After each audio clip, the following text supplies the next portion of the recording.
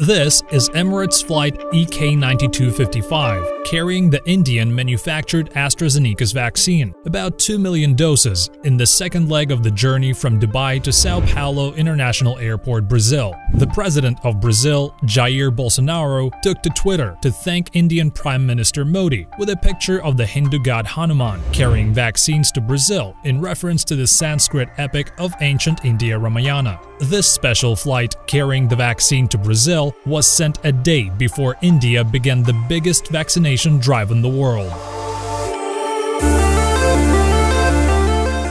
Just last week, a video of Canadian MP Michelle Garner questioning Canadian Procurement Minister over contacting India to procure COVID-19 vaccines went viral. Does the minister know if the Prime Minister has reached out to the Indian government? I do not know. Thank you. She doesn't know. That's frightening. The sad reality is that a lot of countries are facing mounting challenges to procure vaccines, with many countries increasingly looking up to India to fulfill their inoculation programs. Being the leader of a small Caribbean island with a population of 72,000 people, I do not fancy my chances of getting such a swift, positive response to my request. India has been sending out vaccine doses in large numbers to other countries under the vaccine Maitri initiative. This shipment of 2 million doses of vaccine to Brazil marked the start of India's export of vaccine. Just to give you a perspective of the shortages of vaccine globally and how India is stepping in to fulfill the demand, while Canada is still on track to get 6 million doses of Pfizer and Moderna vaccines by the end of March, India, on the other hand, has already supplied around 15.6 million vaccine doses to 17 countries like Bhutan, Maldives, Bangladesh, Nepal, Myanmar, Mauritius, Seychelles, Sri Lanka, the UAE, Brazil, Morocco, Bahrain, Oman, Egypt, Algeria, Kuwait, and South Africa. All of these vaccines were given free of cost by India, and India is planning to gift 500,000 doses of coronavirus vaccines to CARICOM countries, that is the Caribbean community, and another 200,000 doses each to Nicaragua and the Pacific Island states. Apart from the 17 countries who already received India's vaccine, 30 other countries are now reaching out to India for the coronavirus vaccine. All this in addition to India planning to vaccinate around 300 million of its own people by July of this year. That's almost the entire population of the United States. Not too long ago, I remember reading doomsday predictions about Indian health crisis. A New York-based foreign affairs magazine anticipated a quote-unquote catastrophe in India, with Boston Review claiming India's response to be a quote-unquote humanitarian disaster. The Scientific American Journal said that, quote, India is in denial about the COVID-19 crisis, and BBC went all the way in proclaiming that, quote, Delhi is heading for a disaster. This headline from BBC is now 3 months old. A quick look at the figures shows rapidly increasing COVID-19 cases in Europe, with the United States averaging a whopping 100,000 cases every single day, and reports coming out of the UK recording 1,564 daily deaths, with new, highly infectious coronavirus variant being discovered in the UK and South Africa, not to mention the vaccine shortages in all of the West. In the meantime, India has had a steady decline of cases, with only 145,000 active cases, the lowest since June of 2020. And now the country is well on its way to vaccinating not only millions of its own citizens, but also the world.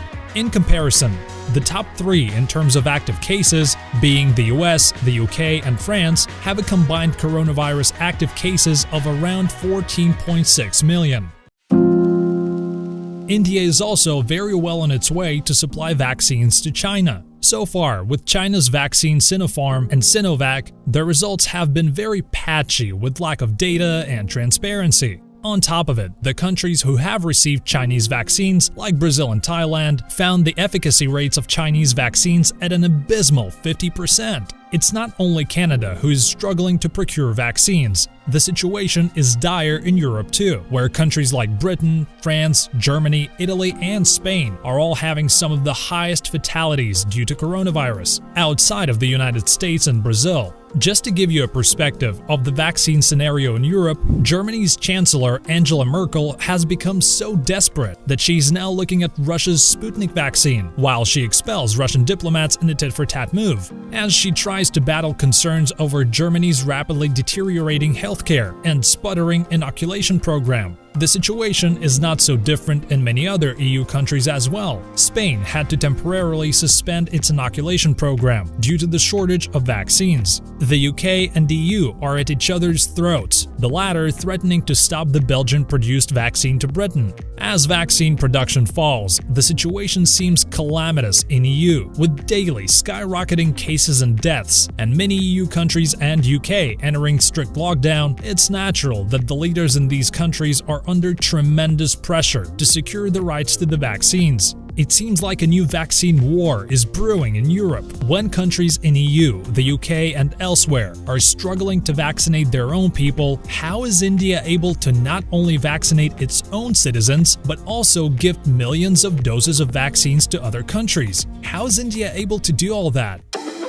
Well, for starters, this is not the first time India is stepping up to supply vaccines and medicines to the global world. 40 years ago, in 1981, when the whole world was reeling from another global pandemic called HIV/AIDS, it was India who supplied AIDS medication to lower and middle-income countries, which were left devastated from AIDS pandemic. At that time, the Western countries were supplying AIDS medication at $8,000 annually, which comes down to around $23,000 in today's money, which the lower-income countries could not afford. It was an Indian pharmaceutical giant called Cipla who brought down the price of AIDS medication to $1 a day. It was India who saved millions of lives, possibly billions, in the lower and middle income countries who were unable to afford AIDS medication at that time. And today it's India once again who is now supplying free vaccines to these countries.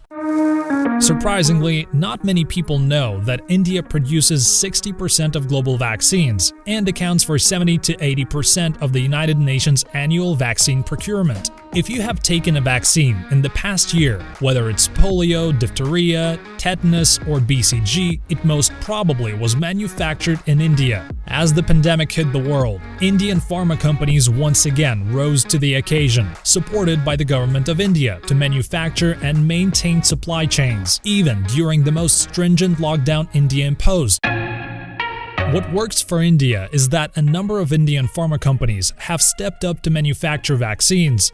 Serum Institute of India is currently manufacturing Oxford AstraZeneca Covishield vaccine and is slated to immunize around 600 million Indians in the coming months.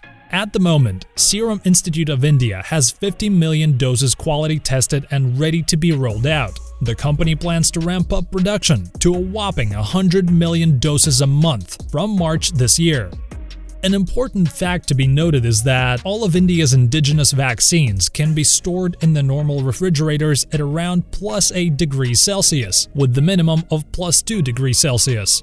In the coming months, India plans to fly out more than 60 million doses of COVID-19 vaccines to countries like Saudi Arabia, Papua New Guinea, and nearly 160 million doses to be routed to UNICEF and WHO, through which countries like Canada and Pakistan plans to procure the vaccines, instead of, asking India directly for the vaccines like Brazil did. But politics aside, this is really a fascinating tale of how India will be able to vaccinate almost the entire world. It remains to be seen if India is up for this challenge, which, frankly speaking, if you ask me, I know India is. As I was researching more about the 7 other different indigenous vaccines, which India plans to mass produce and inoculate some 3.6 billion people globally, I started noticing something written on every package of shipment of vaccines, meant to be given as gift to countries by India. It is a Sanskrit verse saying, "May all be free from disease." Truly a beautiful saying indeed. So we will leave it right here. I hope you guys have enjoyed the video. Please do hit that like button and make sure to subscribe for more awesome content.